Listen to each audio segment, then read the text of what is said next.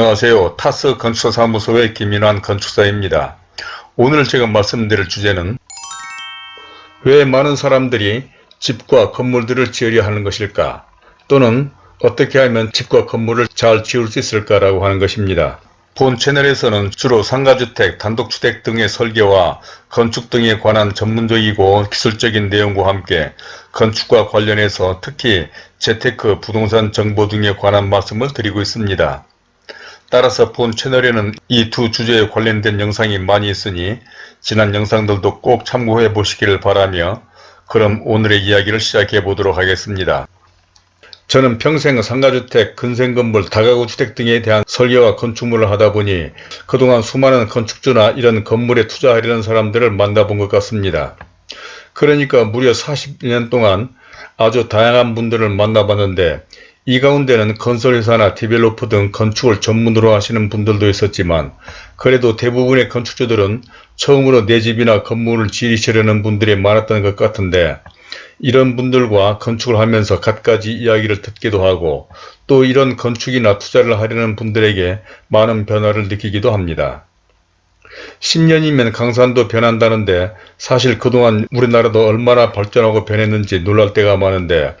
우리나라의 건축도 또 이런 건축을 하려는 사람들도 정말 많이 변하고 달라졌다는 것을 실감하면서 오늘은 이런 분들의 이야기와 함께 왜 많은 사람들이 내 집이나 건물을 지으려고 하는지 등에 대해서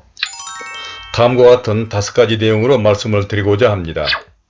아무쪼록 이런 데 대하여 관심이 많으신 분이나 특히 상가주택이나 근생건물 등 건물을 지으시려거나 투자하시려는 분, 또 재테크와 부동산에 관심을 가지신 분 등에게 참고가 되리라 생각하며 먼저 보시기 전에 구독과 좋아요 그리고 선풀을 남겨주신다면 저에게도 큰 힘이 되어 이러한 영상을 만드는 데 도움이 될 것 같습니다. 그럼 순서에 따라서 첫 번째로 아파트보다 많은 주택과 건물들에 관한 것인데 사실 우리나라 사람들의 대부분은 아파트에 사는 것 같아 보일 정도로 요즘 아파트가 대세로 사람들은 아파트만 이야기하는 것 같고 부동산 하면 아파트값과 아파트 전세 문제가 화제의 대부분일 정도인 것 같습니다.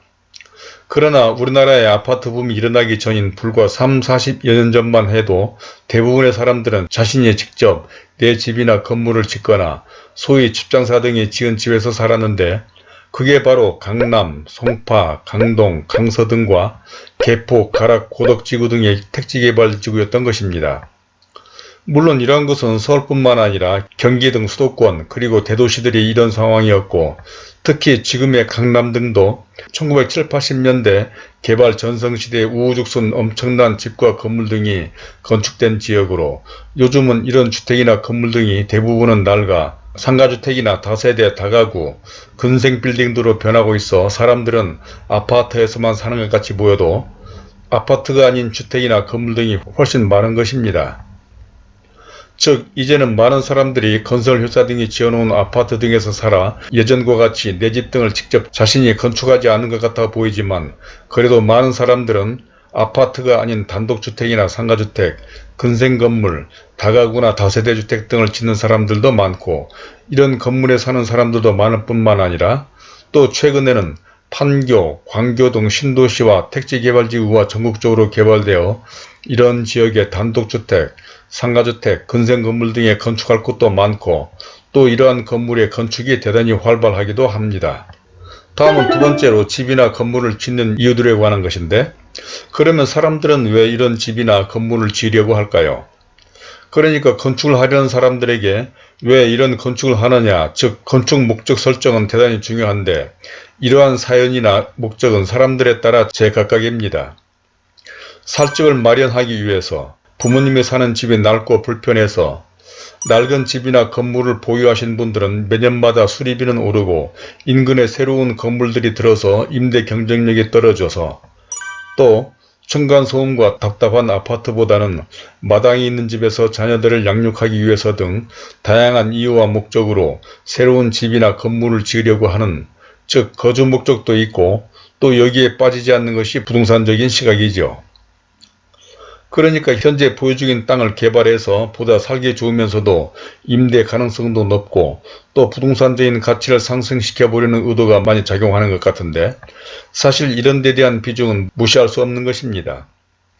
즉 현대건축에서 사업성과 경제성은 다른 어느 것보다 중요한 요소로 위에서 열거한 이유보다도 이러한 사업성이나 경제성 등 부동산적인 문제에 대한 검토, 그러니까 사업성 분석은 내 집이나 건물을 짓는 데 있어서 가장 필수적인 요소로 거주나 건물의 사용 목적 등 건축의 원래 기능보다는 부동산적인 목적이 우선시 되는 것이 좀 아이러니한 이야기 같지만, 이는 우리나라의 특성으로 어쩔 수 없는 것이 현실 같습니다. 다음은 세 번째로 아파트가 아닌 주택의 장래성에 대해서 말씀드려 보겠는데, 그러면 요즘 많은 사람들이 아파트로만 몰려드는 것 같은데, 과연 이러한 아파트가 아닌 집이나 건물 등에 대한 부동산적인 장래성이나 향후 이런 건물의 사업성과 경제성은 어떨까요? 그러니까 순수 근생 빌딩이 아닌 단독주택, 상가주택, 다세대, 다가구 등으로 재축하거나 신축을 하려는 데 대한 장래성 등을 고려해야 할 것 같은데, 이런 면에서는 어떨 것이냐는 거지요. 이는 이런 건물에 대한 건축비가 대체로는 자신의 전 재산을 총동원해야 할 정도로 엄청난 금액이고, 건축이란 장기적인 관점으로 바라봐야 하기 때문이며, 또 어떤 분들은 이런 건축사업, 즉 디벨로퍼로 활동하고자 하는 분들도 있어서 신중하게 생각해 봐야 하기 때문인 것입니다. 물론 이런 점에 대해서는 단적으로 말하기는 참 어렵습니다. 그런데 저는 건축 전문가로서 건축적으로 생각해 본다면, 아무리 아파트가 좋고 사람들이 아파트로만 몰려든다고 해서 아파트만 지어서는 안 되고, 또 도시나 사회란 아파트, 단독주택, 다세대나 상가주택 등이 균형적으로 발전해 나가야 합니다.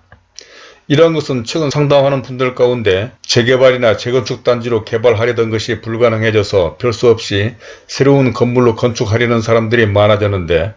이는 바로 국가나 행정적으로 도시 전체가 아파트로만 되어서는 안 되는 이유이기 때문이기도 한 것입니다.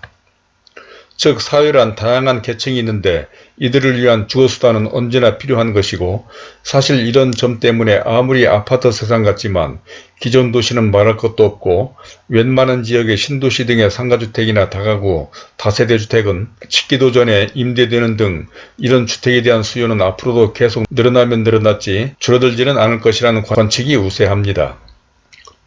다음은 네 번째로 시장조사와 철저한 상황 분석에 관한 것으로, 그렇지만 최근 여러 건축주들과 상담하면서 느낀 큰 변화 가운데 주목할 만한 것이 있는데, 정말 주변 상황 등에 대한 조사와 분석을 잘 해야겠다는 것입니다. 즉 저는 그동안 설계나 시공도 중요하지만 기획, 즉 건축하려는 목적이나 시장과 사업성 분석 등 기획적인 데 대한 중요성을 수차례 강조한 바가 있는데, 이 가운데 하나의 예는 주택의 규모에 대한 변화입니다. 그러니까 몇 년 전까지만 해도 상가주택이나 다가구 다세대 주택 등을 건축하는 경우에 무조건 세대수를 늘리기 위해 주로 원룸 등 소형주택으로 설계를 많이 했는데, 이는 웬만한 지역 등을 보니 모두가 원룸, 특히 최근 많이 건축하는 대형 오피스텔이나 도시형 생활주택 등의 원룸형 주택을 많이 짓다 보니 여러 지역에서 이제는 원룸과 같은 소형주택이 거의 포화생태가 된 데다 요즘은 투룸이나 쓰리룸 등에 대한 수요가 훨씬 많아졌고, 또 임대 수익도 좋다는 것입니다.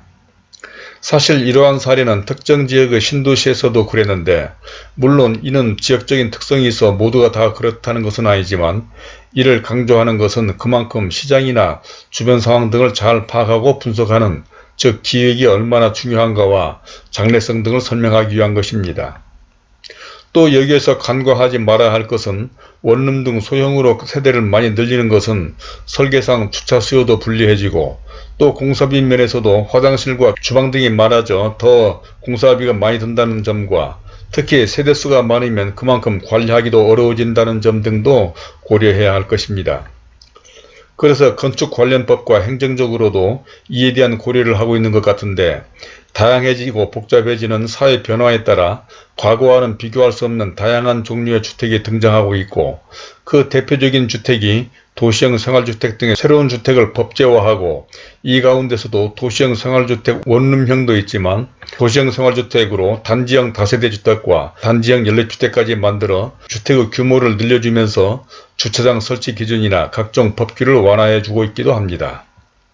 이제 마지막 5번째로 한 번쯤 내 집을 짓고 살아보자라고 하는 것인데, 사실 이상과 같은 점 등을 고려해보면 예전에 만든 영상에서도 말씀드린 바와 같이 요즘처럼 건축하기 좋은 때도 없는 것 같아 이제는 한 번쯤 내 집이나 건물을 지어보면 어떨까라는 생각도 해봅니다. 그러니까 지금은 모두들 아파트에만 살다 보니 직접 집 지을 일이 없는 것 같지만, 과거에 비하면 집이나 건물을 지을 땅도 많고 사회구조 변화로 다세대, 다가구주택은 물론이고 오피스텔 등에다 도시형 생활주택 등 사업성을 고려한 건축할 만한 건물의 종류도 다양해졌으며,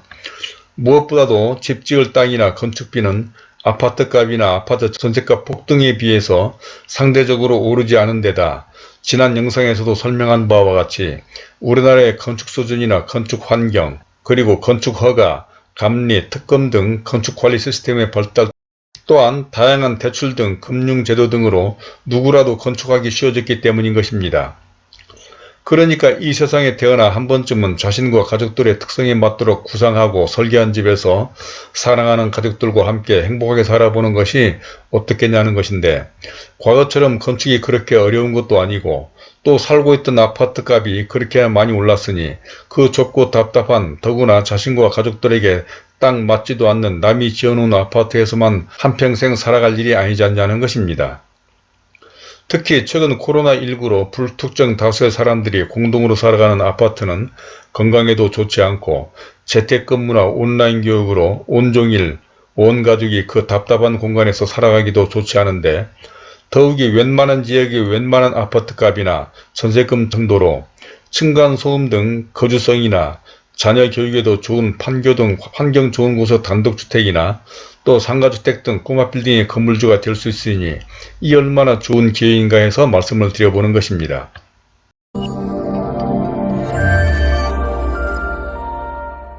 자, 이제까지 왜 많은 사람들이 집이나 건물을 지으려 할까라고 하는 데 대해서,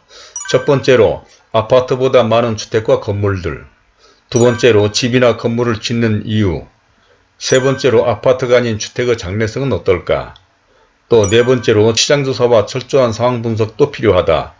마지막 다섯 번째로 한 번쯤 내 집을 짓고 살아보면 어떨까라고 하는 것까지 말씀을 드려봤습니다. 사람들이 살아가는 방식은 다양합니다. 그저 나 혼자 살기 편하고 다른 사람들의 눈치나 신경 쓰지 않고 살아가려는 사람들도 있고, 한가하고 공기 좋은 곳에서 여유롭게 사는 것을 좋아하는 사람 등도 많아 뭐가 좋다고 단정지어 말하기는 어렵습니다. 그러나 저는 평생 단독주택이나 상가주택 등 이런 집만을 전문으로 설계하고 건축하면서, 또 특히 아파트가 아닌 집에서 오랫동안 살아봐서 그런지 이렇게 다양하고 할 것도 많은 세상에 또 각종 취미생활이나 건강 등을 생각한다면 아파트만 좋은 집이 아니라 아파트가 아닌 다양한 집도 많으니 한 번쯤은 이런 집을 직접 설계하고 건축해서 가족들과 함께 살아보면 어떨까. 게다가 상가주택 등 수익형 건물은 아파트보다 훨씬 넓고 좋은 공간에서 살기에도 좋을 뿐만 아니라 매월 임대소득도 있고, 요즘 사람들에게 관심이 많은 부동산적인 장래성도 아파트 못지않아 이런 생각을 해봤고, 또 제가 만나본 그동안의 수많은 건축주들과 또 변화하는 사회구조 등을 생각하며 어떤 집을 어떻게 짓는 것이 좋을까 등에 대해서 제 의견을 말씀을 드려봤는데, 혹시 이런 데 대한 궁금한 점이나 의견 등이 있으시면 선플로 남겨주시거나 좀 더 구체적인 상담이 필요하신 분들은 본 영상 아래 더보기에 적어둔 제 이메일과 전화로 연락 주시길 바랍니다. 그러면 그런 점 등에 대해서도 더 자세한 설명을 해드리도록 하겠고, 또 구독과 좋아요를 눌러주신다면 본 채널에 관련된 다른 많은 참고 영상들을 보실 수도 있으며, 화면 왼쪽에 제가 추천하는 이 영상들도 꼭 참고해 보시길 바라면서 오늘은 이것으로 줄이도록 하겠습니다. 감사합니다.